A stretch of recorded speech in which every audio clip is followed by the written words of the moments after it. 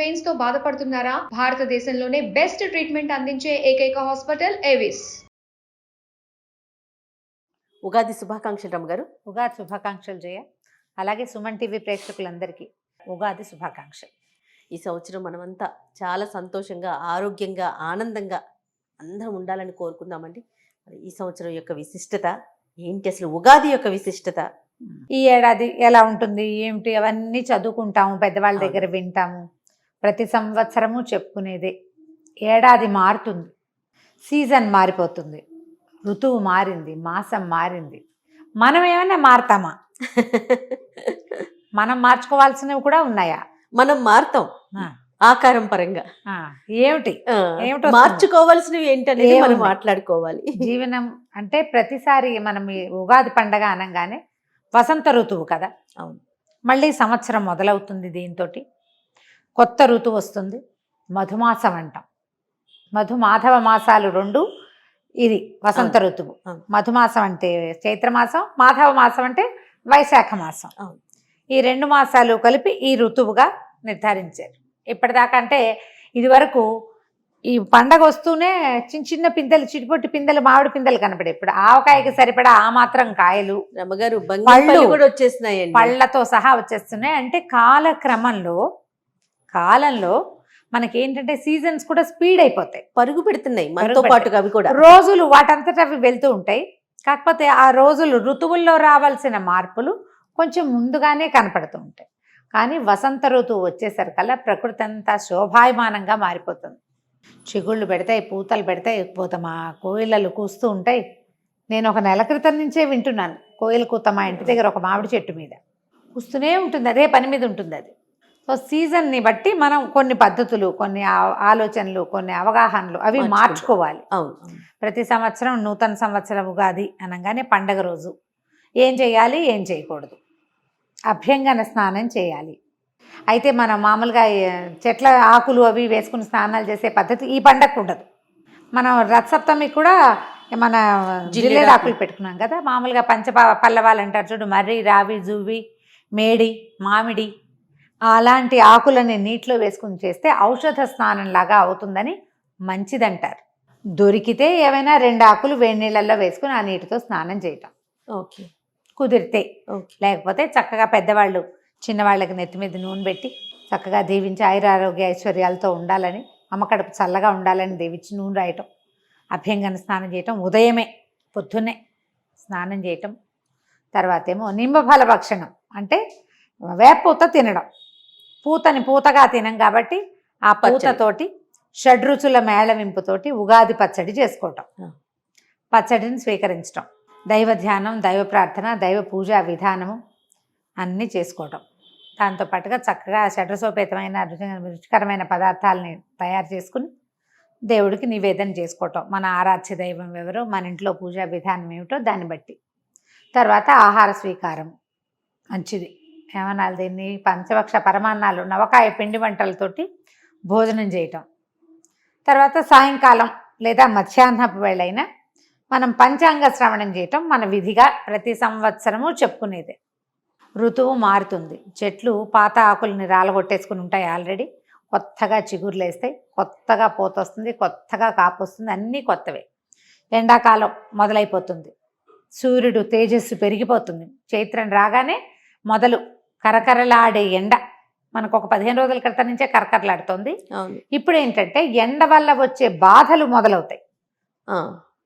దీన్ని సబ్సైడ్ చేయటం కోసం, ఎండాకాలంలో వచ్చేటువంటి రకరకాల అనారోగ్యాలని తగ్గించుకోవటం కోసమే మనం ఈ వేప పూత తినటం, వేప చెట్ల గాలిని ఆస్వాదించటం, మామిడి రెమ్మలతో పాటుగా వాకిలికి తోరణాలు కడతాం, మామిడి రెమ్మలు, వాటితో పాటుగా వేప కొమ్మలు కూడా కట్టుకోవటం.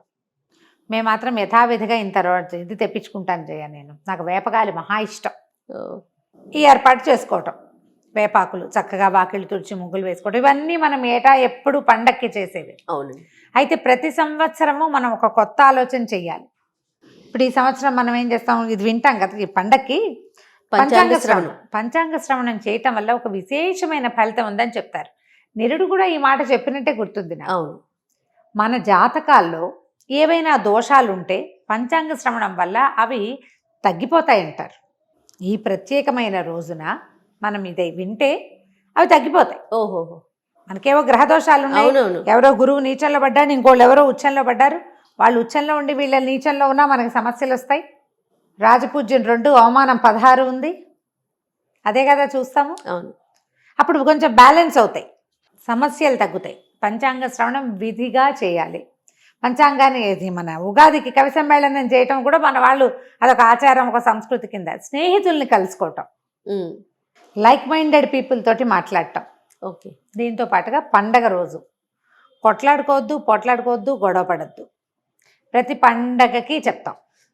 ఈ ఉగాది పండగ ఏంటంటే సంవత్సరపు మొదటి రోజు కాబట్టి సాధారణంగా పెద్దవాళ్ళంతా చెప్తారు, తొలి రోజున సరిగ్గా ఉంటే మళ్ళీ రోజు కూడా సరిగ్గానే ఉంటుంది. తొలి రోజు సరిగ్గా ఉండాలంటే పండగ రోజున సక్రమంగా ఉండాలి.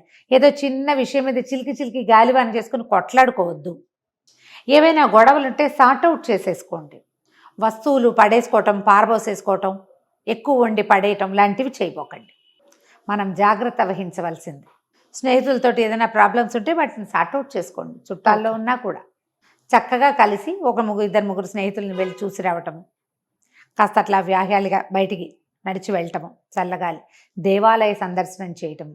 తొలి రోజున చేసాం దేవాలయ సందర్శనం, మనసు ప్రశాంతంగా ఉంది. ఏడాదంతా ప్రశాంతత ఉంటుంది, న్యాచురల్లీ సహజంగా జరగడం అవకాశం ఉంది. లేదా మనకే ఏదైనా గొడవ వచ్చినా పండగ రోజున హాయిగా ఉన్నాం, ఇవాళ ఏమిటి ఇలా ఉన్నామని సర్దుకుంటాం. కనీసం సర్దుకునేందుకు అవకాశం ఉంది. మైండ్ సెట్ ఇట్లా ఉంచుకోవాలి.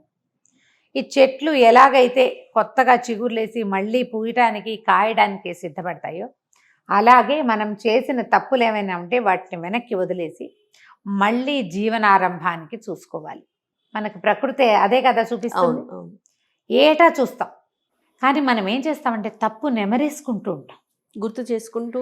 పొరపాట్లు తప్పులేమో పునరావృతం చేస్తాం, దుస్సంఘటనలేమో ఎంతసేపు నెమరవేసుకుంటూ ఉంటాం, పోట్లాటలు నెమరేసుకుంటాం. మానేయాలి. అది ఏది ఆగదు, కాలము ఆగదు.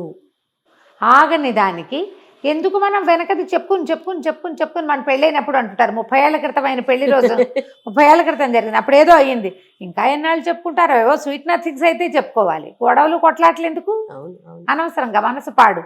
ప్రస్తుతపు ఇది కూడా పోతుంది కదా. ఈ పని చేయబోకండి. వేపపూత తప్పనిసరిగా పిల్లలకు కూడా స్వీకరించేలాగా చేయండి. షడ్రుచుల సమ్మేళనమే జీవితం. ఉప్పు పులుపు, తీపి కారం, చేదు వగరు. చేదు తిన్నాక వగరు మిగులుతుంది, అవును కదా. కానీ మనకు తెలుస్తుంది. ఈ చేదుని వగర్ని కూడా మన జీవితాల్లో కలుపుకోండి. అన్నీ స్వీకరించాలి. ఎందుకంటే ఈ కాలంలో ఏంటంటే ఒకరోజు కింద అవుతుంది, ఒకరోజు మీద అవుతుంది. పగలు రాత్రి లాగానే జీవితంలో ఇన్ని రుచులు వస్తూనే ఉంటాయి. ఏదైనా ఒకే రుచి ఉండిపోదు ఎల్లకాలం, ఒకదాని తర్వాత ఒకటి ఉంటుంది కదా. అందుకని ఈ షడ్రుచుల సమ్మేళనమైన పచ్చడిని ఇప్పుడు తినిపిస్తారు. మనం ఏటా ఇవే మాటలు, ఇవే కబుర్లు, ఇదే విషయం మాట్లాడుకుంటూ ఉంటాం. ప్రతి పండగ రోజున అభ్యంగనం చేయాలి, ఇలా మంచి మాట్లాడుకోవాలి, దేవతార్చన చేయండి, భగవత్ సాన్నిధ్యంలో కొంచెం సేపు గడపండి, ఇంటిల్ పాది చక్కగా స్నేహంగా ఉండండి. చెప్తూ ఉంటామా, చేస్తూ ఉంటున్నామా లేదా, అదే ఆలోచించుకోవాలి. అది కదా ఆలోచించాలి. ఆలోచించండి. పండగకి 2 రోజుల ముందు నుంచే మనం ప్రిపరేషన్ మొదలు పెడతాం కదా. ప్రిపరేషన్ చేసేటప్పుడు ఏం చేస్తాము, నీట్గా లేని దాన్ని సరి చేసుకుంటాం. ఇల్లు ఉడిచేస్తాం, తుడిచేస్తాం, ముగ్గులు పెట్టేస్తాం, వాకిళ్ళకి చక్కగా పసుపులు రాస్తాం, తోరణాలు కడతాం, కొత్త ఇవి అలంకారాలు చేస్తాం, దుప్పట్లు గిప్పట్లు అన్నీ కొత్త వేసుకుంటాం. కొత్త బట్టలకి చాలా మంచిది ఉగాది పండగ. కొత్త బట్టలకి పసుపు పెట్టి చక్కగా కొత్త బట్టలు వేసుకుంటాం. ఇవన్నీ కొత్తవి చేస్తున్నాం కదా, ఇవన్నీ బాగు చేస్తున్నాం కదా. మానవ సంబంధాలు కూడా బాగు చేసుకోవద్దు. ఖచ్చితంగా పాత కక్షలు, కార్పణ్యాలు, గొడవలు అన్నీ వదిలేసి మళ్ళీ ఫ్రెష్ స్టార్ట్. అంతే. నేను ఒకనే స్టార్ట్ చేస్తే సరిపోతుందంటే లేదు, వాళ్ళకు కూడా చెప్పండి. అందరికీ ఇదే మాట. అంతే కదా. పోనీ అడిగేదో మన వైపు నుంచి వేద్దాం. అదే అంతే కదా. మనం స్టార్ట్ చేస్తే ఆటోమేటిక్గా తొలెడుగు మనం వేస్తే మలెడుగు ఎక్కడో చోట పడుతుంది. చేయాలిగా, ఖచ్చితంగా చేయాలండి. ఇలా ఆలోచించాలి. ఇప్పుడు మనకి ఇప్పుడు మన వైపే కాకుండా నార్త్ ఇండియాలో కూడా అంటే రాముడు తిరిగి వచ్చిన రోజని భావిస్తారు వాళ్ళు. అందుకని ఏం చేస్తారంటే మన శ్లోకాల్లో కూడా చెప్పబడింది నిమ్మఫల భక్షణము, తర్వాత ఏమో ఇది పతాకావిష్కరణ. మన ఏమనాలి దాన్ని, జెండా, కాషాయ జెండా ఎగరేస్తారు. ఓంకారం కానీ స్వస్తికం కానీ రాసి ఉమ్. ధ్వజారోహణ అంటారు. ధ్వజారోహణం అంటే ఈ రోజున కాషాయపు జెండా, కాషాయము హిందుత్వానికి ప్రతీక, అవును, మన భారతదేశానికి ప్రతీక. దాంట్లో ఓంకారం కానీ స్వస్తిక్ కానీ ఏదైనా ఒక దాన్ని రాసి ఎగరేస్తారట. ఎగరవేసే వాళ్ళు ఇదివరకు ఇంటి మీద ధ్వజారోహణ చేసాం. లాస్ట్ ఇయర్ ఈ సంగతి విని మా ఫ్రెండ్ ఒకడు చెప్పాడు నాకు, మేము ఇవాళ తింబఫల భక్షణ చేసాం, ధ్వజారోహణ కూడా చేసాం, మా ఇంటి మీద కాషాయ జెండా ఎగరేసాము అని. ఓకే. అంటే ఇది హిందుత్వము అని భావించకండి, మనకు పురాతన కాలం నుంచి ఉన్నదే. ఆహాహాహా. హిందుత్వ భావాల్ని పెంచి పోషించటం కాదు. మనం ఈ రోజున అలా చేసేవారు. రాముడు అయోధ్యకి తిరిగి వచ్చిన రోజట ఈ రోజు. అందుకని వాళ్ళు పండగ చేసుకునేవాళ్ళు, వాళ్ళు ఇలా చేసుకున్నారు. అదే. మనం కూడా చేయొచ్చు, ఆసక్తి ఉన్న వాళ్ళు చేయండి. లేకపోతే మన మామూలు పద్ధతి ప్రకారమే వాకిళ్ళకి పసుపులు రాయటం, వాకిట్లో చక్కగా ముగ్గేసుకోవటం, పువ్వుల దండలు కట్టడం, మామిడి మండలు వేప మండలు కట్టుకోవటం, వేప పువ్వు తెచ్చుకోవటం, చక్కగా బాగు చేసుకుని కాస్త చింతపండు పులుసు, అందులో వేప పూత కలిపి, తర్వాత ఉప్పు బెల్లము, ఇదివరకు మిరియాలు వేసేవాళ్ళు, తర్వాత కాలంలో పచ్చిమిరపకాయ వేసుకుంటున్నాము మన వాళ్ళ. తర్వాత పచ్చిమిర్చి అలవాటు అయిపోయింది కదా. దీంతో పాటుగా చిన్న మామిడికాయ, లేత మామిడికాయ పిందెలు సన్నటి ముక్కలు తరిగి అవి కూడా కలుపుకోవటం. నేనైతే ఎవ్రీ ఇయర్ చెప్పేది 2-3 అరటిపళ్ళు వేసుకుంటాను, నేను బైండింగ్ బాగుంటుందని. ఎవరెవరి అలవాటు మట్టి, కొన్ని చోట్లేమో దాన్ని ఏమంటారు పుట్నాల పప్పు వేస్తారు, చెరుకు ముక్కలు వేసుకుంటారు, దానిమ్మ గింజలు వేస్తారు, జామ పళ్ళ ముక్కలు వేస్తారు. మీ ప్రాంతపు ఆచారాలు పద్ధతుల ప్రకారము వేప పూత వేసినటువంటి ఉగాది పచ్చడిని స్వీకరించండి. గొడవలు లేని ఉగాది పండగ, ఆరోగ్యాన్ని కలిగిన ఉగాది పండగ మన సొంతం కావాలి అనుకోండి. పండగ బాగుంటే ప్రతిరోజు పండగగానే ఉంటుంది. పైగా ఇటీవల కాలంలో ఏంటంటే మనకు కొన్ని ఏళ్ళుగా న్యూ ఇయర్ January 1st ఇచ్చిన ప్రాధాన్యత మనం ఉగాది పండగకి ఇవ్వటం లేదు. పిల్లల్లో కొంచెం ఉత్సాహం తగ్గుతుంది. ఉత్సాహం పెద్దవాళ్ళు మనం చేయకపోబట్టే కదా ఇంట్లో పిల్లలకి తెలియకపోవటం. అందుకని ఇది మన దేశపు పండుగ, మన పండుగ. పైగా December 31st January 1st వెదర్లో వచ్చే డిఫరెన్స్ ఏం లేదు. అవును, డిసెంబరు జనవరి పేర్లు మారుతాయి, ముందు రోజు చలే మర్నాడు చలే. మనకి చూడండి మా ఫాల్గుణ మాసం చైత్ర మాసానికి ఎంత డిఫరెన్స్ వచ్చేస్తుందో. అవునండి, డ్రాస్టిక్ చేంజ్ కనిపిస్తుంది, విపరీతమైన మార్పు కనిపిస్తుంది. పండగ వెళ్ళిన 3వ రోజు నుంచి కాలడం మొదలు పెడుతుంది. మనకి వెదర్లో వచ్చే మార్పుని తెలుసుకోవాలి. పైగా ఇప్పుడు ఎండాకాలం ఏంటంటే మనకి ఎండ వల్ల వచ్చేటువంటి బాధలు ఎక్కువ వస్తాయి, ఆట్లమ్మలు, పొంగులు, అలాంటి జ్వరాలు వస్తాయి, స్కిన్ ప్రాబ్లమ్స్ వస్తాయి. దానికి వేపపూత మందుగా పనిచేస్తుంది. వేపపూతని అమృతంగా భావించాలి. చక్కగా మంచి ఎండిన వేపపూతను సేకరించుకోండి, అట్టి పెట్టుకోండి. సంవత్సరంలో కొన్ని నెలలు బాగా వర్షాలు తగ్గి చలి ముదిరేదాకా కూడా నెలకోసారి తినచ్చు. ఈ సీజన్లోనే వేపపూత దొరుకుతుంది కాబట్టి పూతను సేకరించి పక్కన పెట్టుకోండి.